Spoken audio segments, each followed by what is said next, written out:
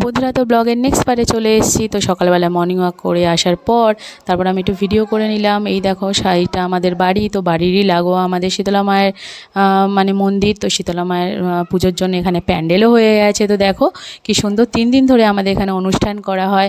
তো আমাদের এখানে ধুমধাম করে শীতলা মায়ের পুজো করা হয়, অনুষ্ঠান করা। তো তোমাদের নেক্সট ব্লগে আমি দেখাবো আমাদের পুজো কীরকম হয়, আর আমরা খুব মজা করি।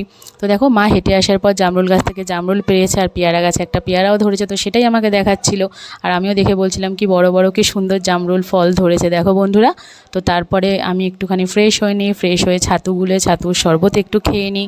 তো তারপরে মা টিফিনে রুটি বানিয়েছিল, আলু আর ঢ্যাঁড়স ভাজা, তার সাথে টিফিনে লাড্ডু আর একটা কলা খেয়েছিলাম। তো তারপর দুপুরে মা লাঞ্চে বানিয়েছিল রুই মাছের ঝোল ঝিঙে দিয়ে বন্ধুরা, পাতলা করে মা এই গরমকালে বানায়, দারুণ টেস্টি হয় খেতে, ভাত আর আলু ঢ্যাঁড়স ভাজা।